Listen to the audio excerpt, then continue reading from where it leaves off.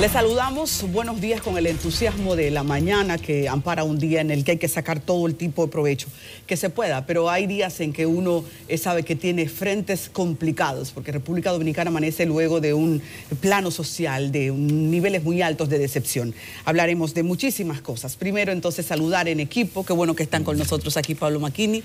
Muy bien, un placer, don Nelson Rodríguez. Bueno, de los de Santiago. El placer mío también es grande, un programa muy variado, iremos directo a la actualidad, a los temas candentes, la información. Danilo se tiró a las 2:25 por San Isidro, así que el presidente de todos los dominicanos ya se encuentra en el país. Señor Macchini, ¿cómo lo ha tratado la jornada? Bueno, precisamente por ahí quería yo iniciar. Indudablemente que es importante cuando un presidente regresa de su gira más larga y más importante después de 6 años de gobierno. Pero que me perdone, presidencia, en verdad, este es un día casi monotemático, porque el país estuvo atento, totalmente atento a la sentencia del caso Emily, y ahí está. Yo creo que va a ser importante lo que se hable aquí. Nosotros nos vamos a amparar en expertos para que nos ayuden a entender. Ya ustedes saben que fueron 30 años para el joven Marlon y 5 años para la señora Marlene Martínez. La gran discusión, un poco voy a hacer el planteamiento, porque yo no soy experto en estas cosas, pero sí decir que la discusión va a caminar en torno al artículo 60 del Código Penal, y voy a leer la partecita que tiene que ver, porque ahí está el meollo de todo lo que se va a discutir, que ojalá, insisto, se discuta con expertos, y los no expertos seamos un poquito más humildes en asesorarnos. Pero miren, dice el artículo 60, se castigarán como cómplices de una acción calificada, crimen o delito, aquellos que por dádivas, promesas, amenazas, abuso de poder o de autoridad, maquinaciones o tramas culpables provocaren esa acción o dieren instrucción para cometerla. Donde está el centro es que, y recomiendo el editorial de Diario Libre, donde está el centro de todo esto es que no se pudo demostrar la complicidad de la señora Martínez en el hecho, según las evidencias y, claro, la lectura que ha dado a la ley el tribunal, los jueces. Entonces, a partir de si hubo o no hubo, entonces a partir de esto es que vamos nosotros a desarrollar la discusión. Creo que es importante lo que ha ocurrido en términos de que tengo la percepción de que los jueces actuaron a partir de la jurisprudencia, el Código Penal y su visión de ese código y su análisis de ese código. En este caso, tal parece que la presión mediática no fue tan determinante. Lo de los 30 años del joven pues era relativamente como muy esperado. La discusión viene en el caso de Marlene, que cuando usted ve y vuelve a ver, porque se puso y volvió a colocarse todo lo que ocurrió y todo lo que se dijo, surge lo que es la indignación. Entonces, cuando la indignación llega, se pierde entonces esa calma de que son los jueces, a partir de la jurisprudencia y las leyes, los que hacen justicia. En este caso uno puede poner peros, y muchos tenemos nuestros peros a la sentencia, pero sí creo que es importante decir que se hizo justicia. Y en esto estoy coincidiendo con muchísimos expertos, y saludo a Laura Acosta, que ha sido muy socialmente útil presentando unos tweets muy esclarecedores, porque en esto, como les digo, de lo que se trata es de ser celosos de que se aplique o no se aplique la ley. Pero, como siempre se dice, las opiniones son libres, pero las evidencias pues son sagradas. Hay una máxima jurídica que dice que todo lo que no está en el expediente no existe. Tal parece, y sin el parecer, que no se pudo demostrar la complicidad. Lo que sí quedó más que en evidencia fue el ocultamiento del hecho. Y de eso se va a hablar, insisto, artículo 60 del Código Penal puede ayudar mucho, pero también nosotros vamos a tratar de hacer nuestra parte en una conversación con especialistas en este asunto que me parece fundamental. José Francisco Pérez Volques ya está por ahí y con él vamos a hablar en unos minutos. Pero atención. Bueno, yo creo, y precisamente subrayando eso que dice el señor McKinney, de que vamos a ceder la palabra a los expertos, a los que conocen el espíritu y la letra del código y pueden poner en su real contexto lo que ocurrió ayer en San Francisco con el dictamen de los jueces de la Corte. Nosotros sí, como comunicadores, podemos recoger por aquí el hecho noticioso y además la indignación popular, porque realmente ha habido indignación. También ha habido reacciones desproporcionadas, pero objetivamente no se puede negar. Y tal vez tiene mucho que ver con el comportamiento con la señora Marlin en la etapa previa. Primero hubo una intención de ocultamiento, de hacerse la desentendida. En muchos momentos lucía un tanto engreída, pero eso no da pie, no da pábulo a algún tipo de reacciones. Yo cuestiono algunos métodos, tanto los métodos violentos como las lágrimas de cocodrilo.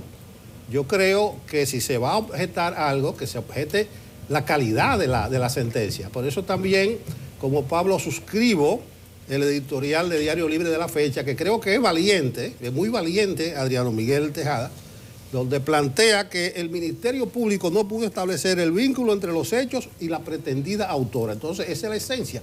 Y va más lejos. En medio del vendaval, y creo que eso es periodismo responsable, el editorial de Diario Libre dice que merecen ser felicitados los jueces por tomar una decisión que, si bien deja un sabor amargo, ellos se ciñeron a la interpretación que hicieron del código. Y si vamos a tirar piedra, a quemar goma, yo recomiendo mejor hagan encendido de velas, hagan vigilia, propicien documentos y además den la palabra a la gente que sabe de eso, como vamos a hacer nosotros ahora con Pérez Volques, una figura, un nombre, una autoridad. Entonces yo me ciño. Nelson, perdóname, que creo sí, que estaríamos de acuerdo si leemos parte de ese editorial un poco para situar el asunto otra vez. El caso de la cómplice era distinto. Dice, el deber de la justicia es asegurar que a cada cual le toque lo que le corresponda y de acuerdo con las pruebas presentadas en la audiencia, la cómplice no era tal, sino una encubridora. Subrayo, de acuerdo con las pruebas presentadas. Las evidencias son sagradas, las opiniones son libres, ya dije.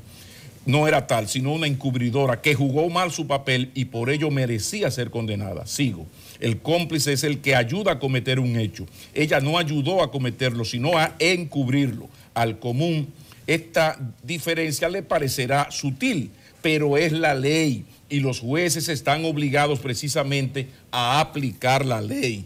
Los jueces que emitieron este fallo deben ser felicitados por su valentía, aunque la decisión deje un sabor amargo. Ellos pudieron tomar el camino más fácil, condenar como pedía la gente, pero al hacerlo habrían dejado de ser jueces.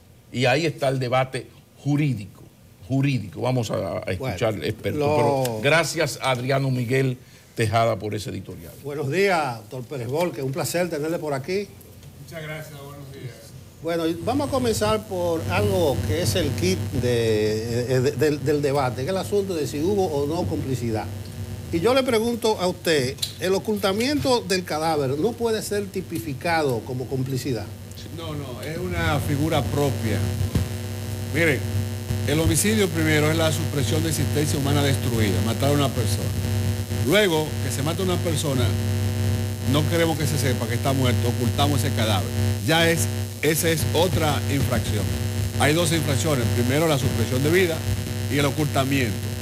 El ocultamiento de un cadáver es figura que tiene su propia fisonomía, También acá, que son dos cosas distintas. Lo uno es criminal y lo otro es de carácter correccional. Tienen infracciones totalmente distintas. Entonces eso fue lo que se discutió, eso fue lo que se discutió en el tribunal y fue lo que los jueces de sentencia de condena establecieron conforme a la sentencia. Pero porque la diferencia entre encubrimiento y complicidad. La complicidad, conforme al artículo 59, 60, 61, 62, 63, hasta el 65, sí, deviene en ayudar a alguien a la comisión de un ilícito. Digamos, Pablo, que yo te facilito mi carro para que tú hagas un acto, que yo sé que tú lo vas a hacer, o que tú me lo facilitas a mí. Esa es una complicidad. Digamos que vamos a un sitio y yo me coloco en el frontispicio de ese espacio para que se cometa ese acto. Esa persona entonces venga conmigo y yo lo desplace. Esa es la complicidad, totalmente distinta. En el caso de ella, el tribunal, nuestro parquet o fiscal no probó la complicidad. Hay que decir que la Fiscalía, la Procuraduría General de la República, a través de sus fiscales, hicieron un trabajo correcto. Doctor Pérez Volque, la Policía Nacional también hizo un trabajo correcto. Escúcheme que le interrumpa, que estamos obligados a hacer una ligerísima pausa, pero volvemos en breve con usted. Ok.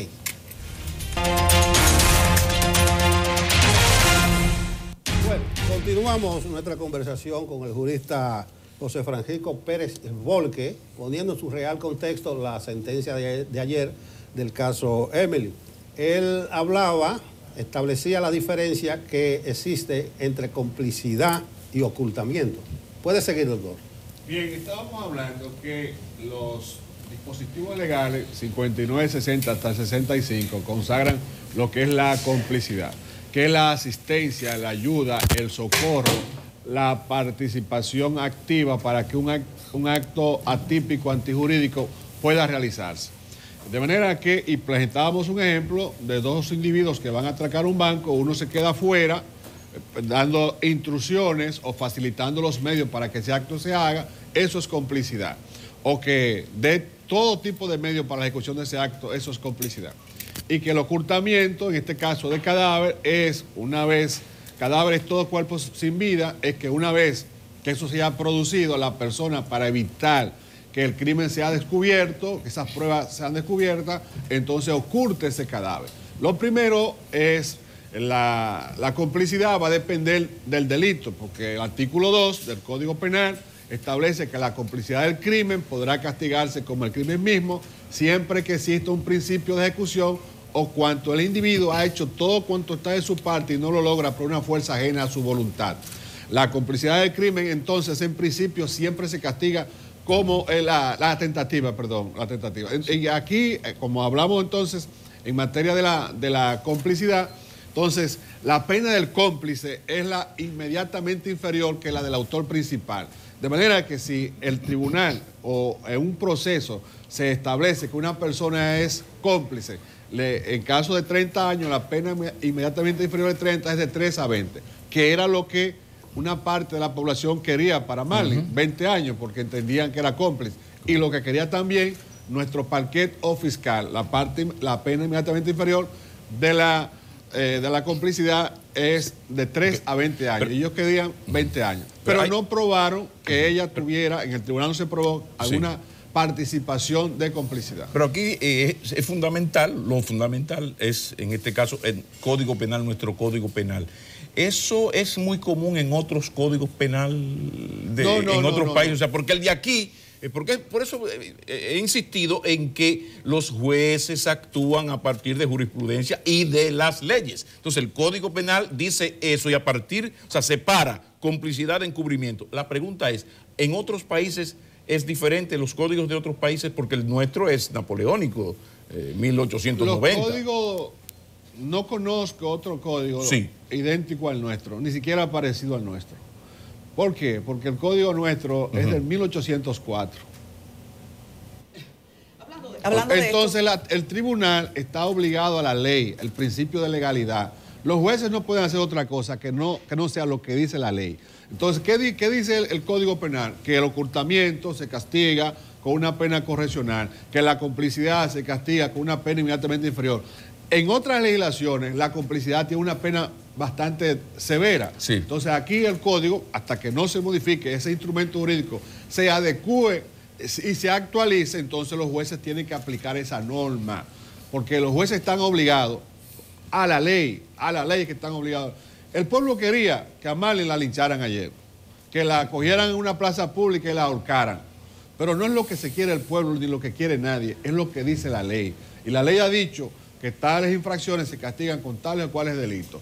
En este caso hubo una sustracción, que fue el artículo que aplicó el tribunal, el 354, hubo un desplazamiento de la adolescente hasta a una esfera distinta sobre quienes tenían en ella el derecho de patria potestad. Y eso fue lo que el tribunal estableció. Entonces, ¿qué se hace ahora? Bueno, que en los estados sociales democráticos y de derecho, los que no están de acuerdo con una decisión, el mismo estado le establece los órganos y las vías idóneas para ir a discutirla en otras instancias. Hay ocultamientos y ocultamientos. Es decir, concomitantemente a esa acción de ocultamiento hubo una obstrucción de la justicia por parte de Marlene que podría calificarse como agravante. No lo contempla así el Código Penal. No. Todo cuanto ella haga... Se limita al ocultamiento. No hay una sanción en el Código Penal por obstrucción de la justicia. No, pero la hay, pero con una pena menos que el ocultamiento. Claro. Debo decirte que si ella o cualquier otra persona en esos eventos, digamos, que no participa en la forma en que ella participó, que solamente se limita a que su hijo viene de un acto de esa naturaleza y ella lo esconde, le da refugio o lo manda a otro sitio, la ley no le puede hacer nada a ella. Un familiar de primer grado nada. Tiene razones... El artículo 248 del Código Penal dice que los padres están exentos de entregar a sus hijos a la justicia. El hijo llega a casa lleno de sangre, maté a una gente. El padre, dice el Código de la Amperiel, tiene derecho a ocultar a su chico, a su muchacho, venga, agachate. La fiscalía y la policía son los que tienen que venir a buscarlo, pero no pedirle al padre que entregue a su hijo. Eso es en el caso. Lo otro es lo que usted ha dicho. O sea, en la obstrucción de justicia, esos son penas correccionales. En el ocultamiento, la pena también es correccional, pero tiene una gravedad mayor que la de ocultamiento. Sí, y lo de la sustracción de menores correspondía, porque ahí están los 5 años, ¿no? Sí. Esa es la que permite llegar de 2 a 5, ¿no? El desplazamiento, sacar al menor de la autoridad de sus padres a cualquier propósito.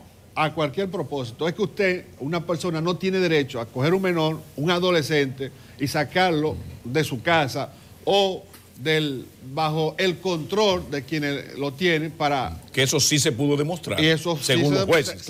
Eso se demostró. Pero es interesante también, Pérez Volques, a ver cómo nos explica esto. En la acusación, a Marlene nunca se llevó al plano de que ella había sustraído una menor. Los jueces querían poder hacer una pena más larga y entonces ellos mismos jalan por el moño este recurso de la sustracción de menores. ¿Es posible eso perfectamente? No, ahí se habló y se probó de que a ella, a la menor, a la adolescente, la llevaron a un sitio a hacerle una prueba. Entonces que fue llevada al requerimiento de ella. O sea, pero ella no estaba acusada de eso. Los jueces perfectamente pueden, en su interpretación de la ley, en la condena, tomar una calificación jurídica que no había sido planteada en principio. Sí. En ese evento sí, porque ahí se produjo un desplazamiento del imperio de quienes tenían la custodia y la guardia de la menor. O sea, en ese evento. Porque el otro evento, ella está acusada de complicidad, ¿no? Y está acusada de ocultamiento. Y entonces, ahí, con lo que Marlene hizo, todo lo que ella preparó y todos los actos después de, porque Marlene entra en escena después de todo. O sea, por eso es que no hay complicidad, porque Marlene no participó de los actos previos ni concomitantes. Ella entra en eventos después de. Entonces, el tribunal válidamente lo que hizo sobre decir, no, espérese, es que aquí lo que hubo fue un desplazamiento de la menor bajo el dominio del imperio de sus padres. El tribunal podía válidamente hacer lo que justamente hizo. La sentencia es conforme a derecho. Criticaba al principio algunos métodos de lucha empleados. También merece crítica aquellos que pretenden extrapolar del ámbito y las circunstancias en que ocurrió el hecho lo que pudieron sopesar los jueces, o sea, la condena mediática, el tribunal callejero. Y yo creo que tal vez si a alguien hay que linchar sería el Código Penal. Hablábamos de un código de más de 200 años. Entonces eso nos remite a la modificación de ese código. ¿Considera usted viable una opinión que es muy socorrida de que se elimine la parte de el embarazo? Lo de las tres causales. Del aborto, que se haga eso con una ley especial para que por fin pueda actualizarse ese bendito código, porque reitero, si a alguien hay que llevar a la hoguera es al Código Penal. Es totalmente de acuerdo con usted. Nuestros jueces no hicieron nada distinto, y no soy apologista ni defensor, sino de la ley, de lo que establece la norma. O sea, esa es la pena, esa es la que hay que imponer. O sea, nosotros tenemos un Código Penal parado, suspendido, justamente por un solo artículo, que es la supresión del feto en cualquiera de sus etapas, vale decir el aborto. Bueno, pero entonces si esa es la discusión que nos tiene parado un instrumento jurídico por más de 200 años, vamos a dejar eso en una ley especial y vamos entonces a adecuar, actualizar y hacer un instrumento idóneo, porque ese código es el código de Francia, es el código de Napoleón. Oye, eso es una cosa insólita, ese código quedó tan vetusto, tan anticuado, que la República tuvo que crear cientos de leyes porque allí no estaban. La ley de delito de alta tecnología, la difamación e injuria por esos medios, la propiedad industrial, 1 millón de leyes que no estaban en ese instrumento, que cuando se presentaban esos eventos, el robo electrónico, el robo de identidad, bueno. O sea, todo eso que no estaba en ese código, entonces cuando se le llevaban a los jueces, personas desde su casa, robar un banco sentado en su casa con un ordenador, sí. Entonces cuando se lo presentaban al juez, el juez, bueno, hay que ponerlo en libertad. El juez es malo, no es malo, el juez no es malo. Mala es la ley que no la hemos adecuado, que no la hemos actualizado. Entonces, ¿cuándo toma la justicia dominicana el Código Napoleónico? ¿Cuándo se establece? Usted decía que era del 1804, pero ¿cuándo se establece aquí? ¿Finales del 19 más o menos? En esa fecha. Por ahí. Porque se habla de 1890, pero sí. Un ratico, ¿no? Pero tiene siglos, eso es insólito. Entonces, el pueblo quiere sangre. Yo debo reconocer la valentía de esos jueces, al igual que lo hizo Diario Libre, yo me asumo a ese editorial, porque aquí estamos acostumbrados a que las decisiones tienen que ser la voluntad de un grupo de gente que no conocen lo que sucedió en el proceso. Lo que sucedió en el proceso fue lo que se probó. Los jueces de la República Dominicana y en ninguna parte del mundo condenan ni descargan. Son las pruebas. Si no hay prueba, por odioso que sea la infracción, que pudiera ser la infracción, por grave que sea el daño que perturbe la sociedad, el juez tiene que establecer sentencia de absolución. Pero es porque algo que aumenta la indignación de la calle es que esa señora, Marlene, en año y medio podría estar fuera. Vamos a ver el proceso un poquito más adelante. O sea, 5 años, ella tiene 1, de 2 años y medio ya es pasible de algún tipo de recurso. ¿Cómo usted prevé el desenvolvimiento de este caso? No, es que eso no es automático. Es muy difícil que en 1 año y medio ya esté fuera. Eso no es automático. Tiene derecho a solicitar. Tiene derecho a ir a donde un juez a decir, mire, yo tengo condenada a 5, tengo 2 años y medio, yo quiero que los otros 2 años y medio cumplir libertad. Y la parte civil va a decir, nosotros nos oponemos a eso. Y el fiscal va a decir, nosotros nos oponemos a eso por esto y por esto y por esto.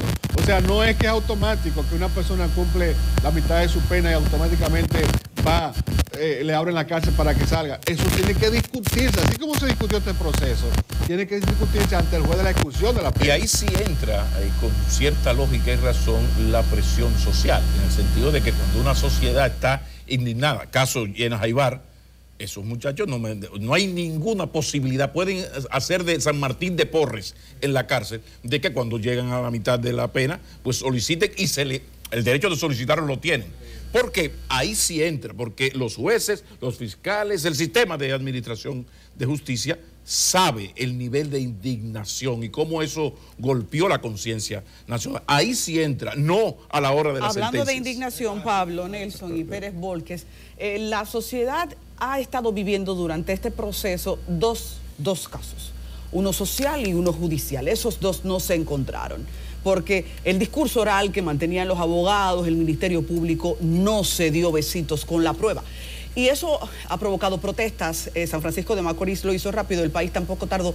Y nuestro compañero Rafael Lara, desde San Francisco de Macorís, está en vivo porque ha tenido que amanecer ahí. Buenos para que tuviese... Así es, nosotros continuamos desde San Francisco de Macorís.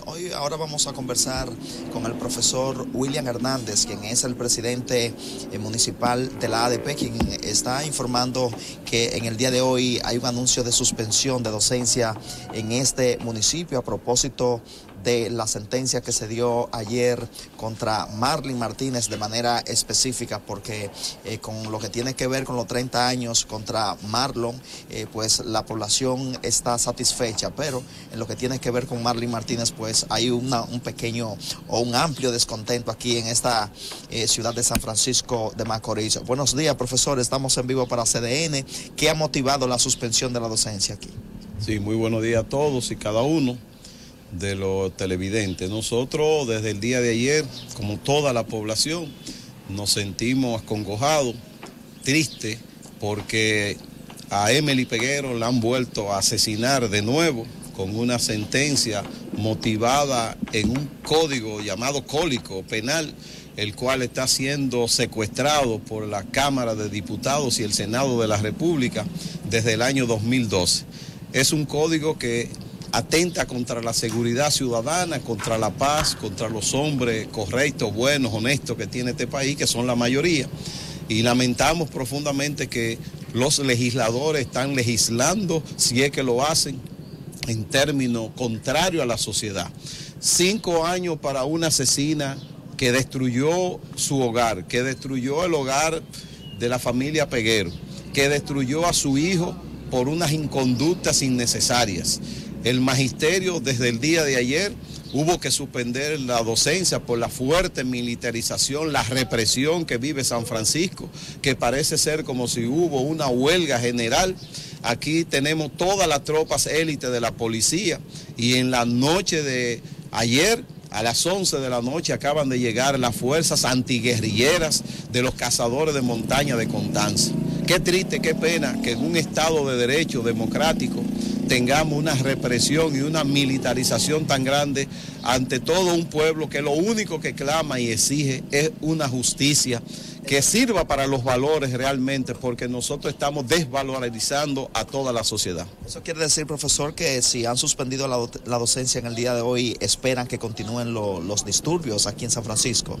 Bueno, hay 2 hechos. Primero, el caso triste y lamentable del joven Iván Reynoso, el cual prácticamente ha perdido varios dedos de su mano con un tiro de fusil que no debiera hacerla. El propio jefe de la policía, Aldrin Bautista, anunció con bombos y platillos anteayer que enviaría tropas especiales contra motines, que son las especializadas para este tipo de protestas, donde no se le está tirando tiro a la policía, donde no hay nada prácticamente, sino una población, no solo San Francisco, sino toda la región, y en el caso específico del distrito municipal de Cenoví, que está atento y alarmado ante esta situación de 5 años. En 2 años y medio esta señora puede salir con este mismo código, y es una sociedad que merece más respeto, que merece que la judicatura, que ha pasado tantas cosas en el hecho de San Francisco.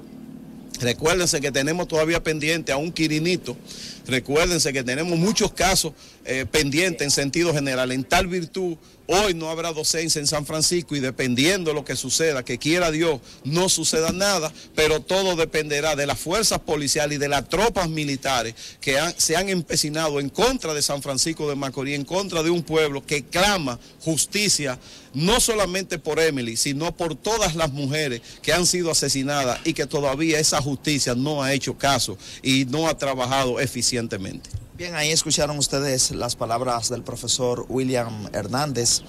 Nosotros vamos a tratar de hacer contacto tanto con la dirección de la Policía Nacional aquí en San Francisco de Macorís, así como también los dirigentes del Falpo, para saber cuál es la planificación que tienen para el día de hoy a propósito de lo que ha dicho el profesor Hernández, de que se esperan continúen los disturbios aquí en San Francisco de Macorís. Por el momento es toda la información. Más adelante estaremos haciendo contacto con ustedes. Retorno contigo. Muchísimas gracias, Lara. No hay clases en la UAS, tampoco en San Francisco de Macorís. Saben que es una ciudad con una vocación de protesta muy definida. Yo pienso de todas maneras que tenemos que seguir discutiendo lo que es de justicia. ¿Por qué ha ocurrido lo que ha ocurrido? Y hay que destacar, hay que repetir que vivimos durante 1 año y 2 meses 2 procesos. El social, del repudio, de la crítica, y el otro es el judicial, de lo que en ese tribunal a nivel jurídico se estaba debatiendo. El trabajo, desde el principio, visto por quienes podíamos leer la ley y nos mantuvimos haciendo esa tarea, ya se veía cojeando de muchos puntos. La investigación del Ministerio Público, yo decía, y hace varios días lo repetía en cámara, tenía lagunas importantes. No hubo una prueba de ADN ni siquiera, faltaron especificaciones sobre el aborto. El aborto fue quirúrgico, ¿no? Es decir, si se quería llevar más para lo hondo a Marlene Martínez, el Ministerio Público debía trabajar más, si no, entonces eso sí va a quedar en mucha oralidad. Me estás diciendo mucho de boca, pero en la prueba te quedaste corto, y eso es lo que ha ocurrido aquí. Vamos a pasar entonces nueva vez con Pérez Volques, lo tenemos aquí como nuestro jurisconsulto este día. Gracias por estar con nosotros temprano. Una pregunta es lo que puede ocurrir en lo adelante, porque Marlon Martínez también va a apelar, ya lo han dicho sus abogados. ¿Cuáles posibilidades tiene él de que en una apelación cambie la condena? Por ejemplo, la interpretación del tribunal en esta ocasión ha sido el cambio de la calificación jurídica. No fue asesinato, dicen ellos. Si él lo que quería hacer un aborto, pues no quería matar a Emily. Interpretan los jueces que si quiere matar a Emily, la mata de repente y no tiene que hacer un aborto. Eso, en la corte, podría tener una interpretación distinta, como inclusive, si lo que querías hacerle un aborto, pues a final de cuentas sería un homicidio no intencional. Mire, las partes, conforme al artículo 399, 417 y siguiente del Código Procesal Penal, tienen derecho a recurrir a esa decisión y todas la van a recurrir. Primero lo que va a recurrir es el fiscal solo de una parte, porque la Procuraduría de la República está conforme con la primera decisión, con la decisión de los 30 años, donde hay una inconformidad es con la de 5 años y ellos van a recurrir a eso para discutirse en alzada si hay o no la complicidad, que esa es la discusión que ellos van a plantear, que la presentaron en primera instancia no la acogió y ahora procuran que los jueces de corte de apelación vean si su tesis, sus argumentos, si sus pruebas permiten retener la complicidad. Eso es lo que se va a discutir. Luego la parte civil también va a recurrir a la sentencia, y los querellantes, no en su indemnización, en sus 20 millones, no van a recurrir a eso. Van a recurrir la parte de los 5 años nada más, porque ellos se constituyeron en querellantes y actores civiles, ¿no? Y luego, entonces, está la defensa. La defensa del joven, del chico, de Marlon, va a recurrir para procurar, pretender que la Corte le reduzca la sentencia, que no sean los 30 años, sino que sean 20 o menos. Y por último, entonces también lo va a hacer la doctora Ingrid Hidalgo, que es una formidable jurista, en el sentido de que ella entiende que no hay complicidad, sino lo que hay es ocultación de cadáver y que eso se trata de un asunto de carácter correccional, no la pena que se estableció. Todas las partes van a ocurrir. ¿Qué va a suceder en la Corte? Lo que en el recurso de apelación los apelantes, los recurrentes, le presenten a nuestros honorables jueces. Si ellos presentan que se trató de un encubrimiento, de una complicidad, entonces ellos pueden hacer 2 cosas: abocar sentencia, conocer y fallar la sentencia, o pueden ordenar que un tribunal distinto al que produjo la sentencia conozca nuevamente el juicio, o sea, ordenar el análisis del estudio nuevamente del proceso. Esas 2 cosas pueden hacer. Y el que presente mejor sus recursos y apoyado ese recurso de sus pruebas con relación al acto recursivo, entonces en esa dirección nuestros honorables jueces de Corte de Apelación del Departamento Judicial de San Francisco decidirán. Para edificar a todos, hay una pregunta interesante. En este caso hay 2 víctimas, Emily y su criatura. Respecto a Emily, diríamos no quiso matarla.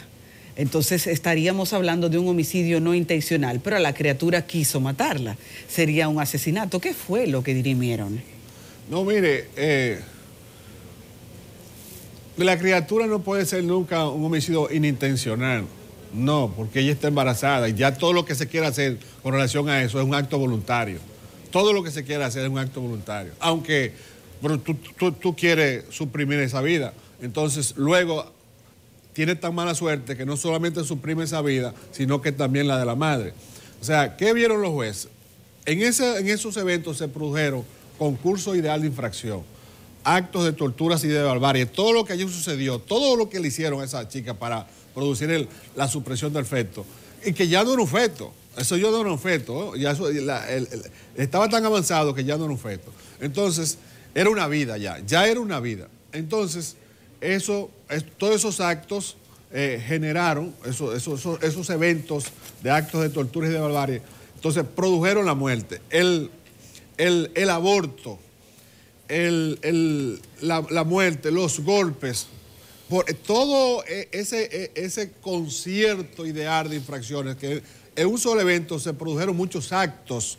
Entonces el tribunal dice, pero es que la pena de esta infracción es justamente 30 años de prisión, de reclusión mayor, ¿no? Por eso, se produjeron actos muy graves. Luego, el tema del aborto, luego 2 vidas fallecieron. O sea, Emily es una oxisa, entonces sus padres asumieron la calidad de víctimas, porque la víctima es el ascendiente directo o indirecto, en este caso los padres. Pues si una persona le ocasiona un daño y no muere, él es víctima, pero si esa persona muere, ya él no es víctima. La víctima pasan a ser sus deudos, los parientes más cercanos o quienes dependían de esa persona.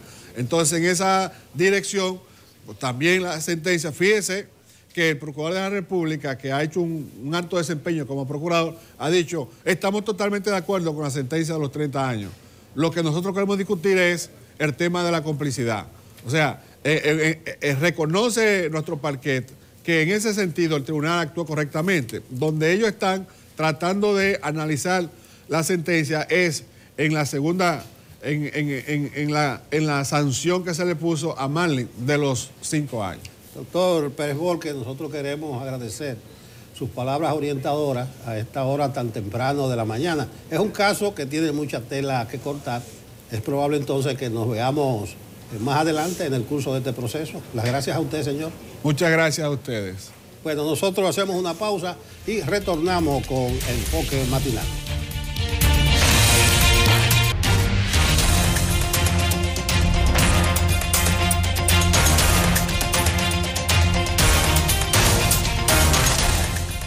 Hay un tema que nos obliga a abordar permanentemente la realidad dominicana y es la educación, porque tanto en el ámbito privado como en el ámbito público discurren muchos intereses que a todos en un momento lastiman o benefician. Así que hemos invitado hoy al director de Educa, nuestro querido Darwin Caraballo, que ya periódicamente nos tiene acostumbrados a informes muy científicos y a levantamientos, críticas y ese debate interesante que en República Dominicana en los últimos años también ha ido expandiéndose. Buenos días. Buenos días a ustedes y a la teleaudiencia. Bien, Educa, Acción Empresarial por la Educación. Ahí está la crema, la flor y nata del empresariado, haciendo su aporte a la educación en sentido general, y es una de las entidades más dinámicas que hay en todo momento. Incluso no solamente los aportes, sino el monitoreo, el establecimiento de prioridades. ¿Cómo andan las actividades de Educa en esta parte del año? Bueno, con mucha actividad y muy dinámica. Qué bueno que recuerdas esto porque el empresariado dominicano es tal vez de los más comprometidos en la región en materia de inversión directa a la educación, adicionalmente a sus obligaciones tributarias. Justamente la semana próxima tenemos aquí en Santo Domingo la 8ª asamblea presencial de la Red Latinoamericana de Organizaciones Sociales por la Educación, que nuclea 15 países con organizaciones similares a las nuestras en las que el empresariado se involucra con los temas vinculados a la educación. Y evidentemente, cuando uno mira la magnitud de determinadas economías y sistemas educativos y músculo financiero del empresariado y observa el compromiso de uno y otro, destaca la labor del empresariado dominicano, sin lugar a dudas. Y en el marco de finalizada esa asamblea, tendremos la 22ª edición del Congreso Internacional de Educación Aprendo, Se dice rápido, pero son ya 22 años ininterrumpidos, lo que lo convierte en el evento decano en educación en toda la región. Y este año trabajando el tema fundamental de la cultura digital, la innovación y la inteligencia artificial en los procesos educativos, porque verdaderamente la tecnología está revolucionando la vida de las personas, de la sociedad y definitivamente está integrándose en los procesos de aula, que también son impactados por este cambio radical. Hemos visto muchos cambios en materia privada, pero en materia pública, que es la que realmente concierne a no estar haciendo un constante careo, porque hay una inversión que es de todos, y esos recursos constantemente entonces uno los observa. Ustedes han hecho muchos informes. ¿Se mantiene receptivo a las principales recomendaciones el sector público? Sí, correctamente. El Ministerio de Educación y las autoridades de gobierno han seguido las recomendaciones que Educa ha planteado en el manejo de los recursos, por ejemplo, para aumentar la calidad de esa inversión tan importante que el país está haciendo. Recordemos que ya se está finalizando los 7 años de 4% del Producto Interno Bruto al sector educativo. Para el año entrante se acaba de aprobar en la sesión de esta misma semana del Consejo Nacional de Educación el presupuesto 2019 y serán 170.000 millones de pesos que llegarán al sector educativo. En el 2012, hace muy poco tiempo, estaba apenas superando los 50.000 millones, se ha triplicado, más que triplicado el presupuesto, porque la economía ha venido creciendo. Y esto definitivamente, hoy la educación tiene muchos problemas todavía, pero ya no es el financiero el principal. Los recursos se están invirtiendo en la dirección correcta, se han mejorado la infraestructura, las condiciones laborales de los docentes que han experimentado una mejoría superlativa, teniendo en cuenta que son el factor fundamental en un proceso educativo. Bueno, se supone que la etapa de la infraestructura ya quedó atrás, aunque sigue el ritmo de aporte de aulas. Ahora hablan desde educación, desde el Ejecutivo, que la prioridad es la calidad educativa. Incluso dentro de ese presupuesto hay una gran proporción para la calidad educativa. ¿Está Educa conforme o ha participado en la distribución de esa parte del presupuesto destinada a la calidad?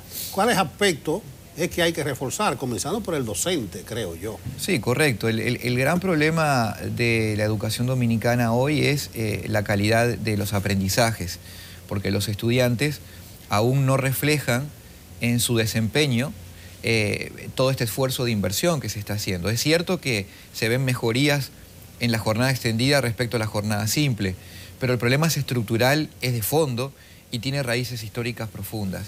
Cuando uno evalúa, por ejemplo, el último estudio diagnóstico que el Ministerio publicó, a nivel del tercer grado de la educación primaria, es decir, niños con 8 o 9 años de edad, solo el 12% tiene capacidad de leer con fluidez y de comprender lo que lee, de textos simples. Y esto es a nivel país, público y privado. Es un tema importante, central.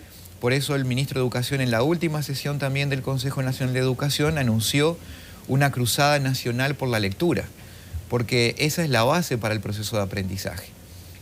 Si tú no dominas tu lengua materna y no puedes incorporar el lenguaje, no puedes construir pensamiento y tampoco puedes adquirir conocimiento adicional. Darwin, decías hace un momento que se está llevando la inversión en la dirección correcta y ese ha sido uno de los puntos más cuestionados, de si la inversión está equilibrada y todos los actores de la educación están recibiendo el impulso necesario.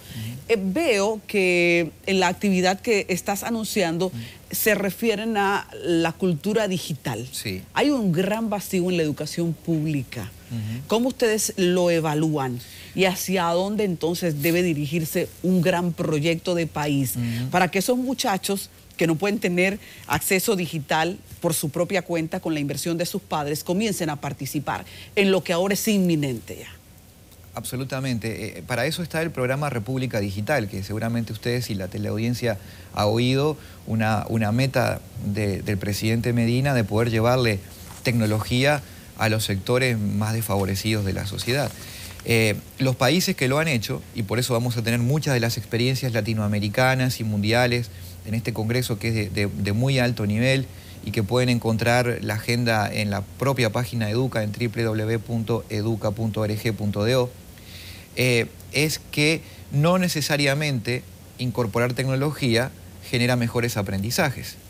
La tecnología es un medio muy poderoso, con mucha capacidad de generar efectos positivos, pero también de efectos negativos. Entonces, el objetivo de este tema en el Congreso es poder lograr una mayor efectividad de esa inversión. El año entrante, este programa República Digital solamente en dispositivos recibirá una asignación presupuestaria dentro del presupuesto educativo de 6.100 millones de pesos.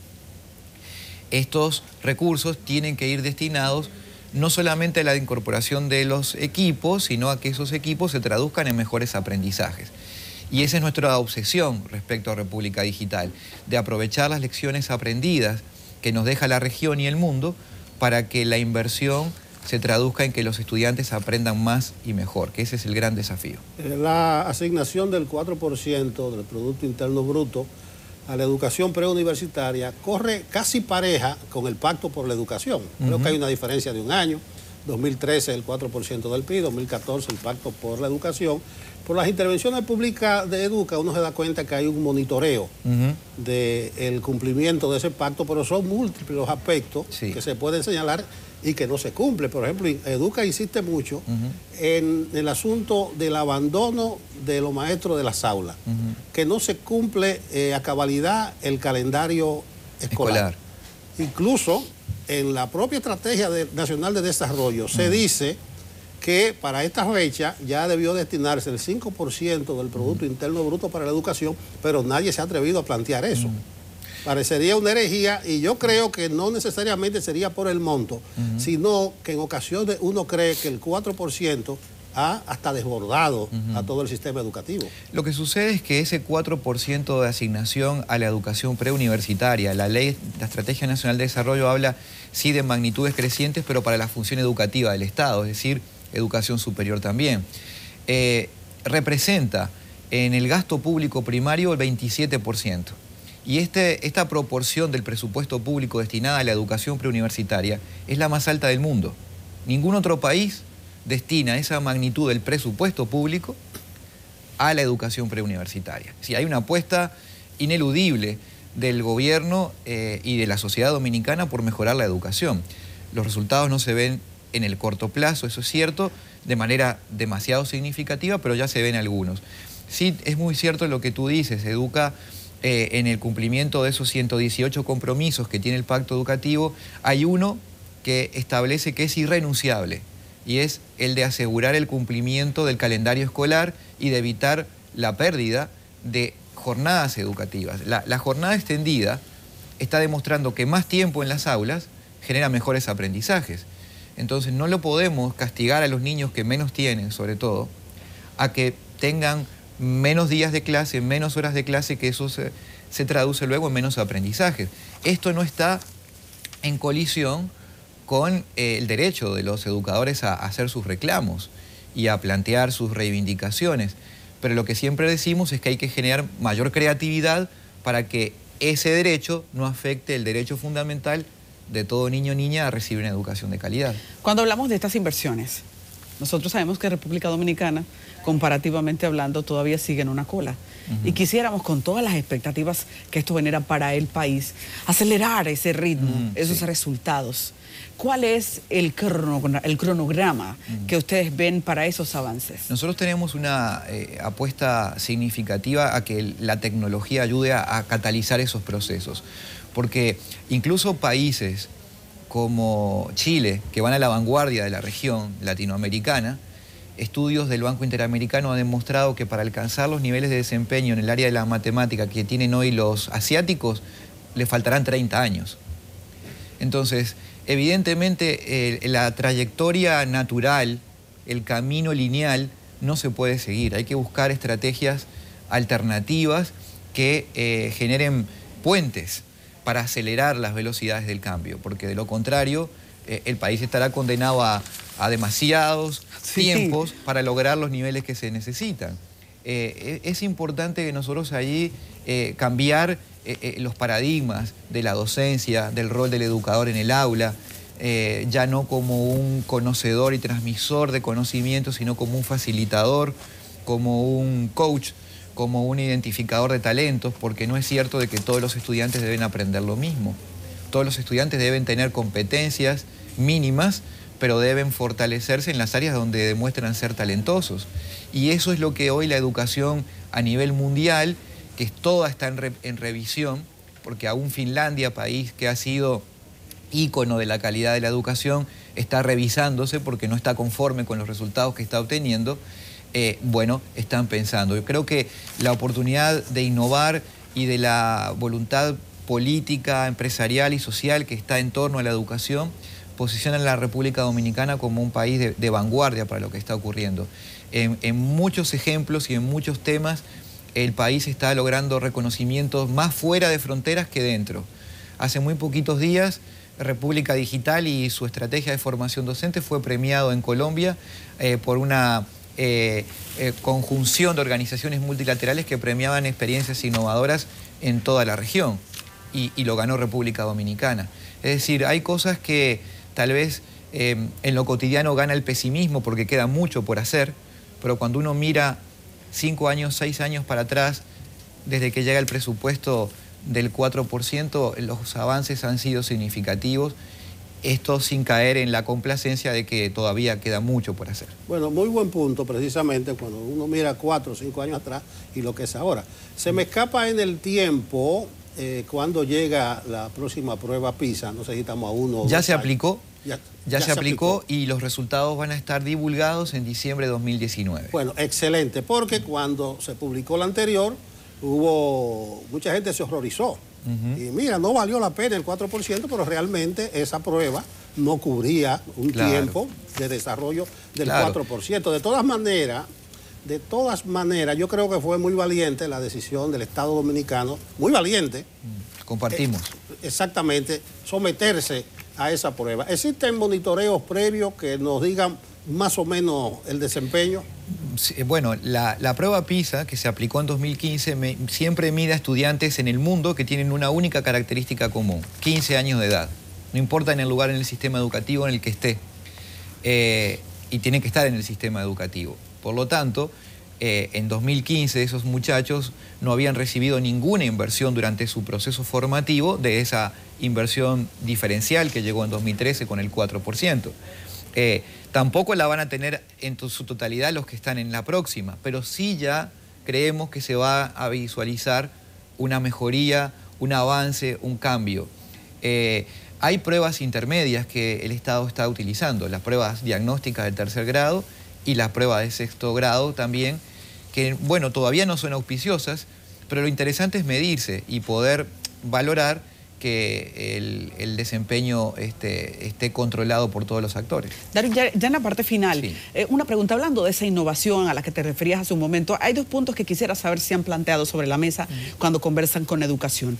¿Estaríamos a punto de mirar un proyecto en el que los estudiantes con grandes potenciales sean llevados a algún tipo de escuela especial, con inversión especial? ¿Y qué hacer con los excluidos? Niños que tienen algún tipo de discapacidad y que requieren de una educación especial que en el término público todavía no se contempla. Sí, la educación inclusiva implica de atender a cada quien en sus particularidades y en sus características personales. Nosotros hablamos de la necesidad de establecer un proceso educativo personalizado. Esto tiene que ver con explotar los talentos, sí, pero no necesariamente en escuelas especiales para estos niños. Dentro de las propias aulas, los profesores profesionales son capaces de llevar a su límite a cada niño, hacia la frontera de sus posibilidades en cada área. Hacia eso es lo que hay que apuntar y vuelvo a insistir, una tecnología bien utilizada con el potencial que está abriendo hacia el mundo del aprendizaje, creemos que puede ser uno de los caminos más efectivos para lograr acelerar procesos de cambio. Bueno, agradecemos la presencia en esta entrevista central de Enrique Darwin Caraballo, director ejecutivo de Acción Empresarial por la Educación, EDUCA. Gracias por acompañarnos. Gracias a ustedes. Nosotros continuamos con Enfoque Matinal.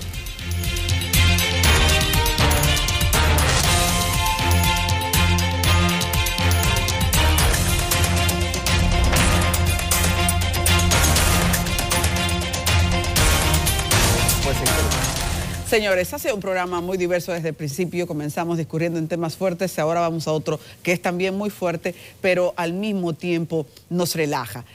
Muchísimas gracias por estar con nosotros, al presidente de la Asociación Nacional de Hoteles y de Inversión Turística, ¿verdad? Turismo.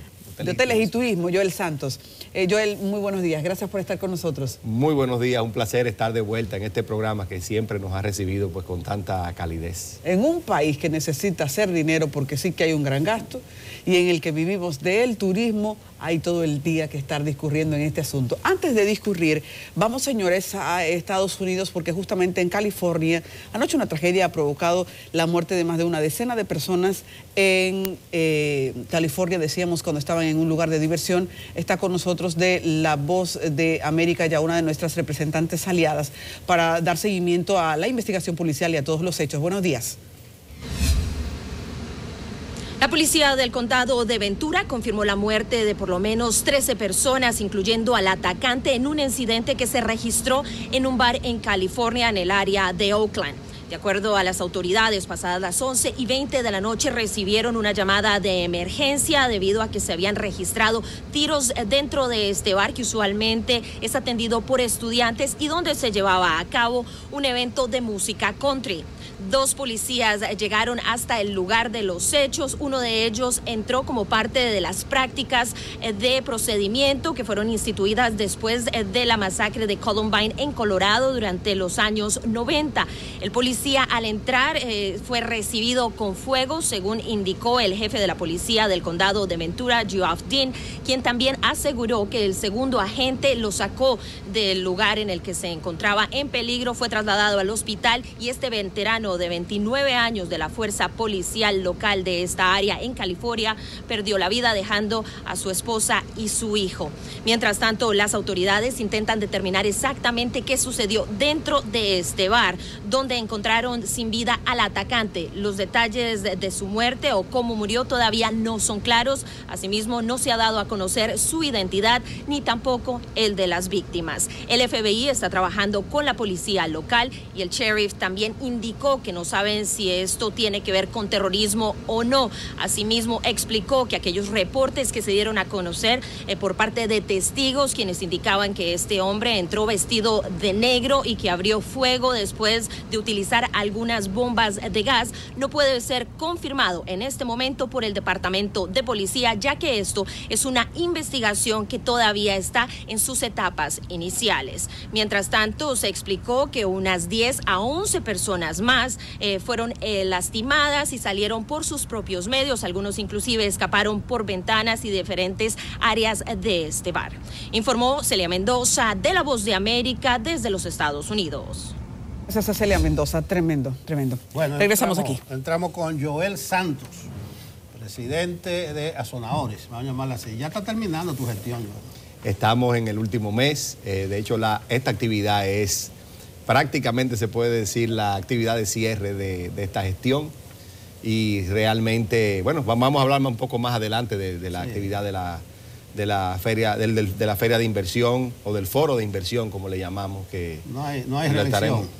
No se estila. Eso está de moda. No se estila la reelección en Azonadores y creo que es adecuado en el sentido de que hay mucho talento en la institución que puede sin lugar a duda continuar realizando una labor interesante e importante porque las instituciones tienen que ir generando nuevos líderes y creo que ese es el espíritu de Azonadores en este caso. Bueno, tú te despides con un gran evento, el Foro de Inversión Turística. ¿Vamos a comenzar por ahí? Sí, el Foro de Inversión Turística es uno de los 4 eventos importantes que Azonadores realiza durante todo el año. Cada uno tiene su concepto. Está, por supuesto, el DATE, que todo el mundo lo conoce, que tiene que ver con la comercialización en sí del producto. Está la exposición comercial, que analiza y trabaja todos los aspectos relacionados con los suplidores del sector turístico. Está ese SDQ gastronómico, que tiene que ver con la parte de alimentos, bebidas, restaurantes del sector. Y el foro de inversión, que trata sobre la importancia y destacar la inversión en el sector turístico. Esta es nuestra segunda versión. será el próximo 27 de noviembre en el Hotel Sheraton. En este caso nos estaremos enfocando en todo lo que tiene que ver con la importancia del mercado de valores para financiar el sector turístico, ya que nuestro sector cada vez está demandando más recursos. Las instituciones financieras hasta el momento han hecho una excelente labor en financiar junto con capital privado lo que es el desarrollo del sector, pero cuando miramos el sector turístico en su totalidad, que no solamente son los hoteles, pues nos damos cuenta de que la necesidad de recursos para acelerar este crecimiento en base a la demanda que ya tiene el país, trayendo cada vez más turistas al país, pues se necesitan nuevas fuentes de financiamiento que acompañen a las existentes y podamos desarrollarlo. Tenemos un panel muy interesante que analiza de manera general todo lo que tiene que ver con el rol del mercado de valores y las posibilidades de financiar el sector turístico. Tenemos una discusión de un caso concreto que fue el financiamiento del Club Med, que es un hotel que se está desarrollando en Miches y que contará con la participación del mercado de valores, pero con una participación de los fondos de pensiones que estarán financiando el proyecto a través de los fondos de inversión. Es muy interesante porque también hay una participación del sistema financiero, es decir, de la banca privada, y es un mixto muy interesante analizar que se estará debatiendo para que todo el mundo pueda entender, los inversionistas sobre todo, cómo pueden accesar a estos fondos que de hecho estarían aportando o generando un tema importante en el sentido de que estarían siendo utilizados para financiar a los sectores productivos, que es un elemento para los cuales los fondos de pensiones han sido concebidos, y es uno de los grandes pasos que definitivamente el sistema de pensiones estaría dando desde un punto de vista positivo. Cuando se presenta la economía dominicana, un renglón que de manera puntera se ve creciendo es el turismo. Nos gustaría saber, cuando hablamos de inversión, si ese crecimiento se sostiene en un inversionista local o en la capitalización que viene de que una inversión extranjera llegue al país. ¿De dónde viene? Bueno, la realidad es que el sector turístico como un todo tiene una participación de la inversión extranjera importante. Parte de nuestro trabajo está orientado en ese sentido, pero también hay inversión local cada vez más participando en el desarrollo del sector. Hay que mencionar el hecho, si nosotros estamos hablando de que en los próximos años queremos llegar a los 10 millones de turistas, las inversiones necesarias van a ser importantes. Por lo tanto, debe haber participación de diferentes flujos de recursos, es decir, la inversión de capital dominicano, la inversión de capital extranjero, los fondos de pensiones, una participación activa de los fondos de inversión, la banca privada, como he mencionado, todos pueden participar en financiar este competitivo sector que sin lugar a dudas continuará siendo la punta de lanza de la economía dominicana. Joel, el presidente Medina llegó esta madrugada, 2:30 para ser exacto, de China. Pero vamos nosotros a dar un viajecito a China de la mano de Frank Rainieri y su optimismo. Dijo Frank en China, cito: estamos aquí sembrando semillas para un futuro. Los chinos, con una población de 1.500 millones de habitantes y una clase media creciendo cada día, y llegará un momento en que llegarán, así dice la cita, donde nosotros, o sea, los chinos. ¿Cómo valoras tú este acercamiento? Y ya que tú hablabas de los 10 millones de turistas. Sí, estamos totalmente de acuerdo con la aseveración de don Frank Rainieri en el sentido de que el mercado chino puede llegar a ser importante para la República Dominicana. Hay que decir que el mercado chino turístico es el principal mercado emisor de turistas del mundo. 130 millones de turistas salieron de China el año pasado. Es decir, esa creciente clase media a la que se hace alusión, sin lugar a dudas, está ya buscando lugares donde disfrutar de vacaciones. Entonces, la República Dominicana, como destino turístico de importancia, pues tiene la posibilidad, mediante un trabajo continuo, porque desarrollar un destino emisor toma tiempo. Nosotros siempre vemos los resultados finales, pero verdaderamente es un trabajo continuo en el cual se logra, a través de trabajos importantes de promoción, lograr que los mercados pues comiencen a llegar a nuestro país. con la particularidad de que el mercado chino no se caracteriza por ser un destino de sol y playa. Nosotros tendremos que combinar diferentes aspectos para poder alcanzar ese mercado, como es la parte cultural, que siempre he dicho que República Dominicana tiene una riqueza cultural e histórica muy importante que desarrollar. Está el aire limpio. Yo creo que nosotros tenemos el aire limpio que mostrar a los chinos para que vengan a disfrutar de nuestras bellezas naturales. Está el juego, es decir, los juegos de azar son importantes para los chinos.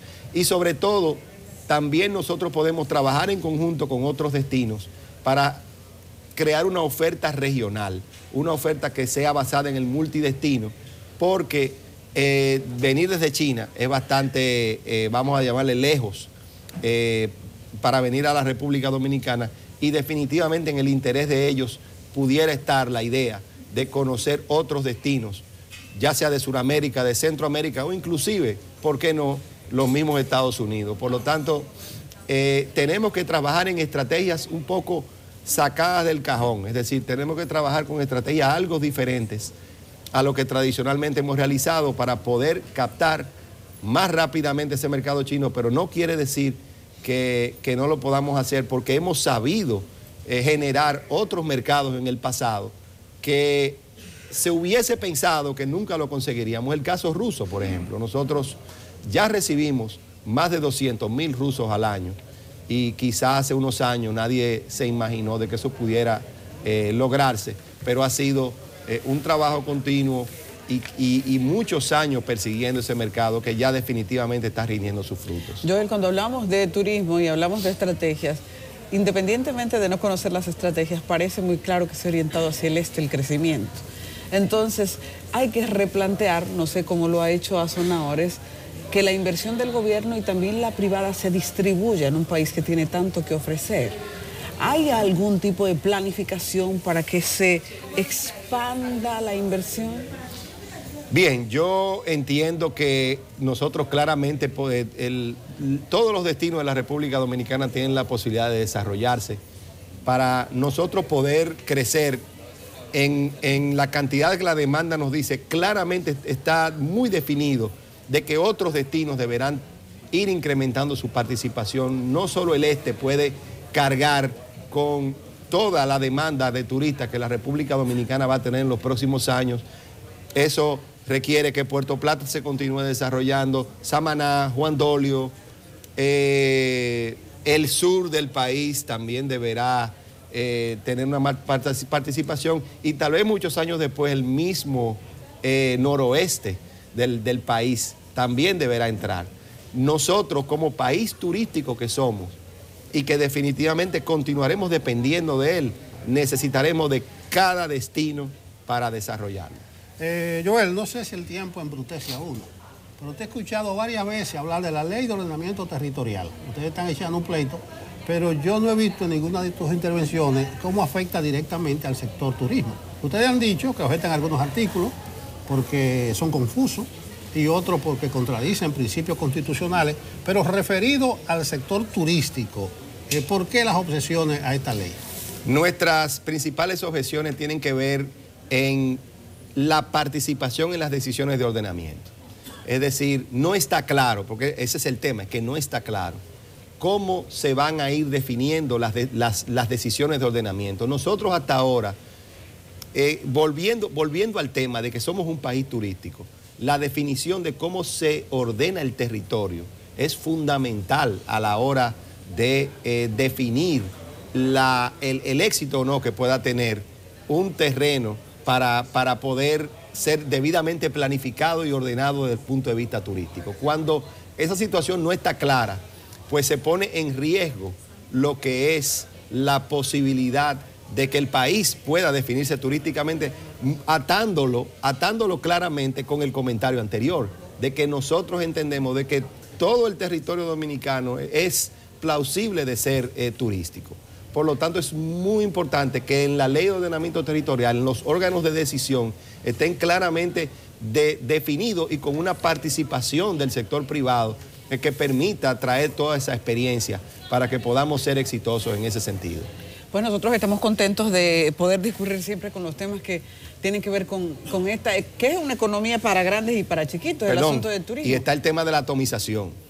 No podemos también, en ese proceso de decisión donde los ayuntamientos juegan un papel fundamental en la definición de los temas turísticos, continuar atomizando el territorio. Eso también es un tema importante. Brevemente, Joel, las decisiones del Pleno Nacional de Competitividad, hay varias que tocan al sector turístico. Está 23. La implantación de una estrategia nacional de seguridad turística, ejecución del proyecto de regeneración de playas y una que me interesa sobremanera, y te pregunto, la implementación de la segunda fase de la puesta en valor y fomento del turismo en la ciudad colonial. Esta ciudad colonial no despega, no arranca y debe ser una de las joyas del turismo. ¿Qué es lo que pasa? Bueno, yo creo que la ciudad colonial sí está despegando. Lo que pasa es que tenemos que ponerle el cohete de la aceleración.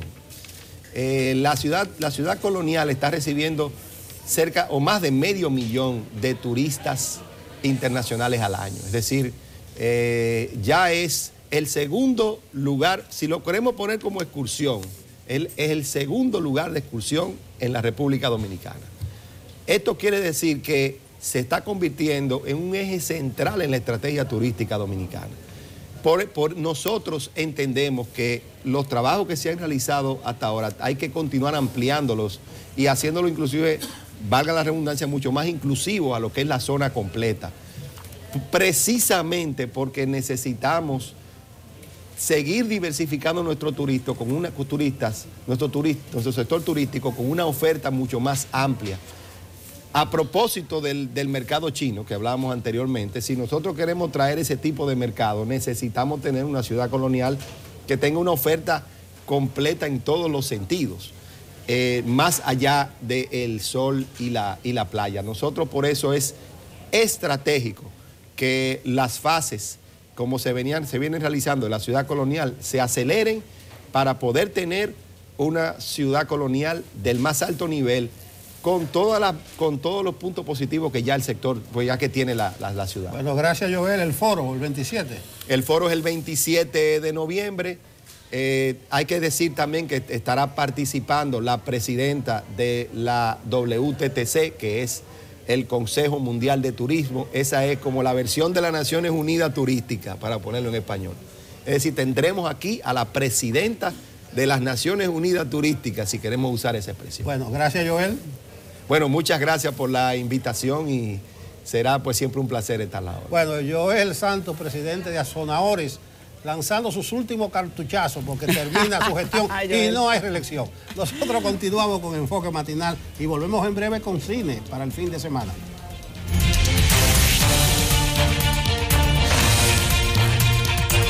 ¿Mejor te pareció? Sigo contigo. Gracias, Yeuri. Continuamos aquí ya para el cierre, Nelson. Cierre, una jornada bastante movida a Disburgo.